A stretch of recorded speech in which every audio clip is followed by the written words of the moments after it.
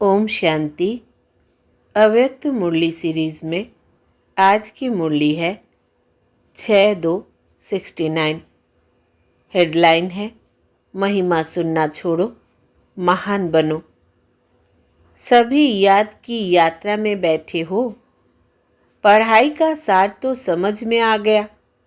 उस सार को जीवन में ला करके दुनिया को वो राज सुनाना है। रचयिता और रचना की नॉलेज को तो समझ गए हो। सुना तो बहुत है, लेकिन अब जो सुना है वो स्वरूप बन के सभी को दिखाना है। कैसे दिखाएंगे? आपकी हर चलन से बाप और दादा के चरित्र नजर आवे। आपकी आंखों में उस ही बाप को देखे। आपकी वाणी से उन्हीं की नॉलेज को सुने। हर चलन में हर चरित्र समाया हुआ होना चाहिए। सिर्फ बाप के चरित्र नहीं, लेकिन बाप के चरित्र देख बच्चे भी चरित्रवान बन जाए। आपके चित्र में उसी अलौकिक चित्र को देखे। आपके व्यक्त रूप में अव्यक्त मूर्त नजर आवे। ऐसा पुरुषार्थ करके जो बाप दादा ने मेहनत की है, उसका फल स्वरूप दिखाना है। जैसे अज्ञान काल में भी कोई कोई बच्चों में जैसे कि बाप ही नजर आता है। उनके बोल चाल से अनुभव होता है जैसे कि बाप है। इसी रीति से जो अनन्य बच्चे हैं, उन एक एक बच्चे द्वारा बाप के गुण प्रत्यक्ष होने चाहिए और होंगे। कैसे होंगे? उसका मुख्य प्रयत्न क्या है? मुख्य बात यही है जो साकार रूप से भी सुनाई है कि याद की यात्रा अव्यक्त स्थिति में स्थित होकर हर कर्म करना है। अब तो बच्चों को बहुत सामना करना है, लेकिन समर्थ साथ है, इसलिए कोई मुश्किल नहीं है। सिर्फ एक बात सभी को ध्यान में रखनी है कि सामना करने के लिए बीच में रुकावट भी आएंगी। सामना करने में रुकावट कौन सी आएगी मालूम है? देह अभिमान। देह अभिमान तो एक मूल बात है, लेकिन सामना करने के लिए बीच में कामना विघ्न डालेगी। कौन सी कामना?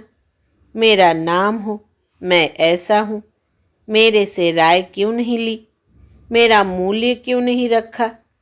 यह अनेक प्रकार की कामनाएं सामना करने में विघ्न रूप में आएंगी।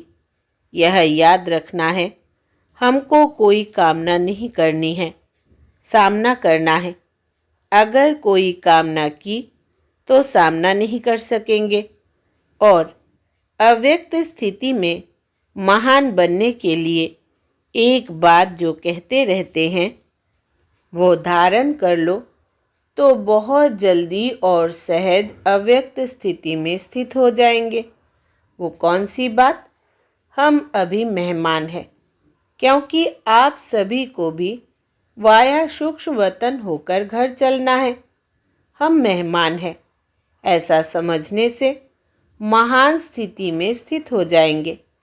मेहमान के बजाय जरा भी एक शब्द में अंतर कर लिया तो गिरावट भी आ जाएगी।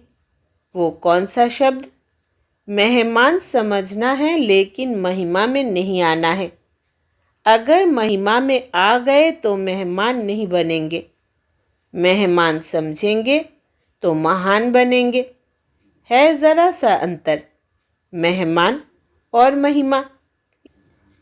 लेकिन जरा सा अंतर भी अवस्था को बहुत नीचे ऊपर कर देता है।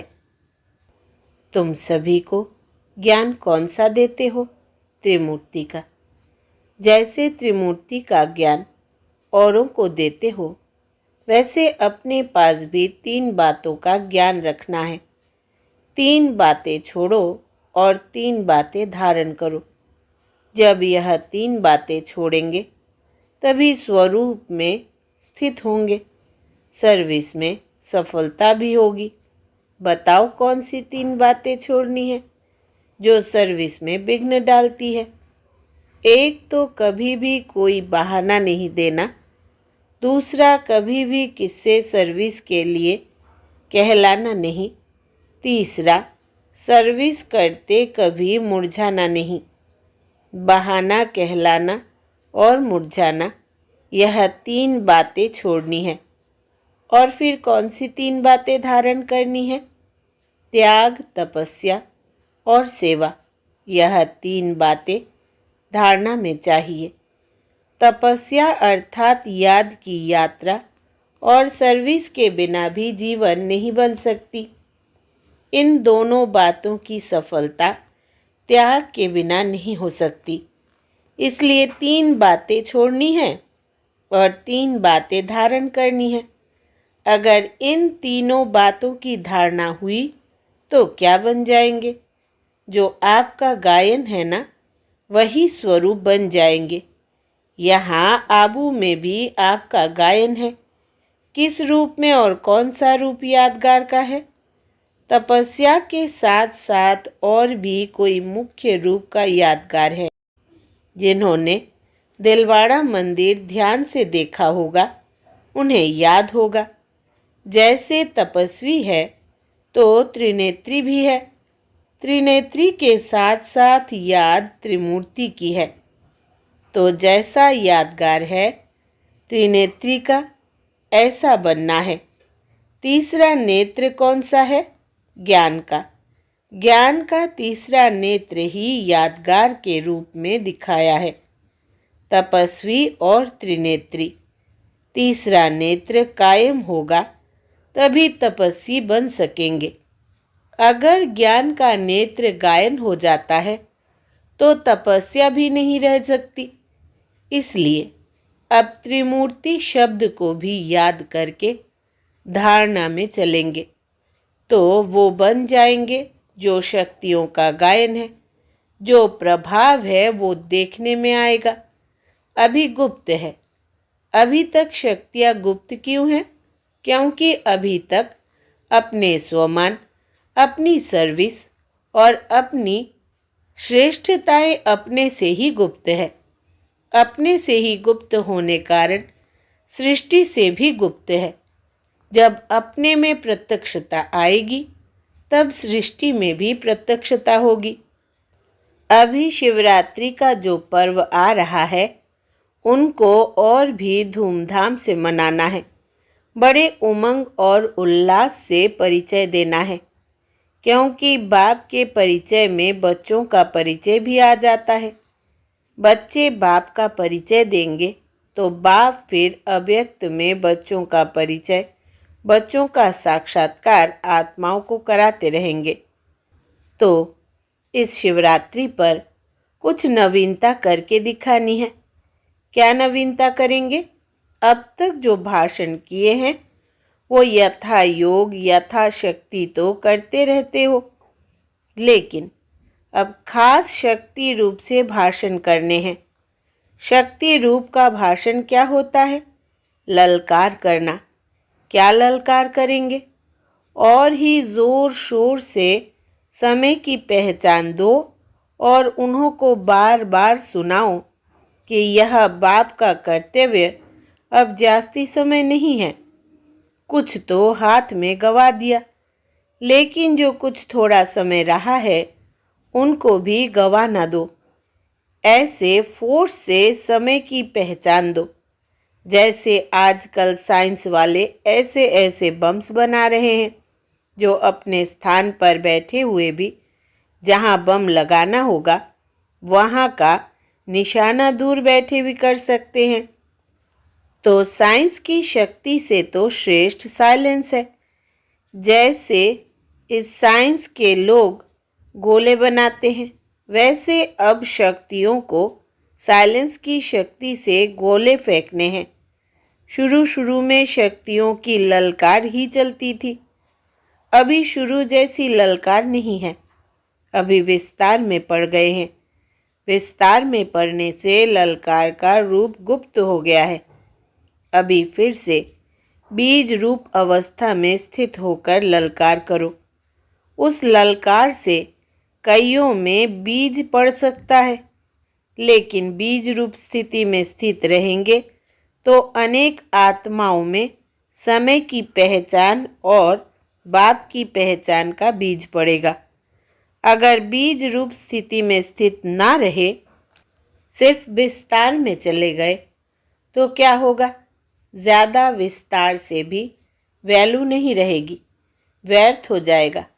इसलिए बीज रूप स्थिति में स्थित हो, बीज रूप की याद में स्थित हो, फिर बीज डालो। फिर देखना यह बीज का फल कितना अच्छा और सहज निकलता है। अभी तक मेहनत जास्ती की है, प्रत्यक्ष फल कम है। अभी मेहनत कम करो, प्रत्यक्ष फल ज़्यादा दिखाओ। स्नेह तो सभी का है ही, लेकिन स्नेह का स्वरूप भी कुछ दिखाना है।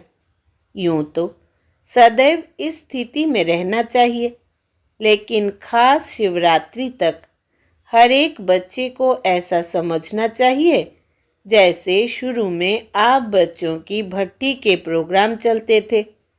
इसी रीति से हर एक को समझना चाहिए। शिवरात्रि तक हमको याद की यात्रा की भट्टी में ही रहना है, बिल्कुल अव्यक्त स्थिति में स्थित रहना है। अपनी चेकिंग करने का ध्यान रखो। फिर इस अव्यक्त स्थिति का कितना प्रभाव निकलता है। मुश्किल नहीं है, बहुत सहज है। कारोबार में आते हुए भी भट्टी चल सकती है। यह तो आंतरिक स्थिति है। आंतरिक स्थिति का प्रभाव जास्ती पड़ता है। सभी अमृत बेले मुलाकात करते हो। अभी तक ऐसा वायुमंडल नहीं पहुंचा है। अब तक मधुबन वालों ने भी स्नेह का सबूत नहीं दिया है। चारों ओर से बहुत कम बच्चे हैं जिन्होंने स्नेह का सबूत दिया है। बाप का बच्चों से कितना स्नेह था। स्नेह का सबूत प्रैक्टिकल में कितना समय दिया? क्या दिया था? याद है? खास अपनी तबीयत को भी ना देखकर क्या सबूत दिया था? अपनी शारीरिक स्थिति को ना देखते भी कितना समय खास सर्च लाइट देते थे। कितना समय स्नेह का सबूत दिया। आप कहते थे शरीर पर इफेक्ट आता है, लेकिन बाबा ने अपने शरीर को देखा। यह स्नेह का सबूत था। अब बच्चों को भी रिटर्न में स्नेह का सबूत देना है। जो कर्म करके दिखाया वही करना है। अमृत बेले जैसे साकार रूप में करके दिखाया वैसे ही बच्चों को करना चाहिए। नहीं तो अब तक यही रिजल्ट देखी है। इस बात में अपने दिल को खुश कर लेते हैं, उठे और बैठे, लेकिन वो रुहाव शक्ति स्वरूप की स्मृति नहीं रहती। शक्ति रूप के बदले क्या मिक्स हो जाता है? सुस्ती। तो सुस्ती मिक्स होने से मुलाकात करते हैं, लेकिन लाइन क्लियर नहीं होती है।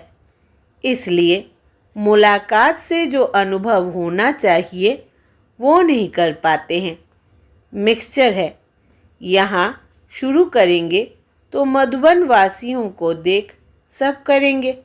मधुबन निवासी जो खास नहीं है उनको खास सेक्रीफाइस अर्थात बलिदान करना है। स्नेह में हमेशा सेक्रीफाइस किया जाता है। अच्छा, ओम शांति।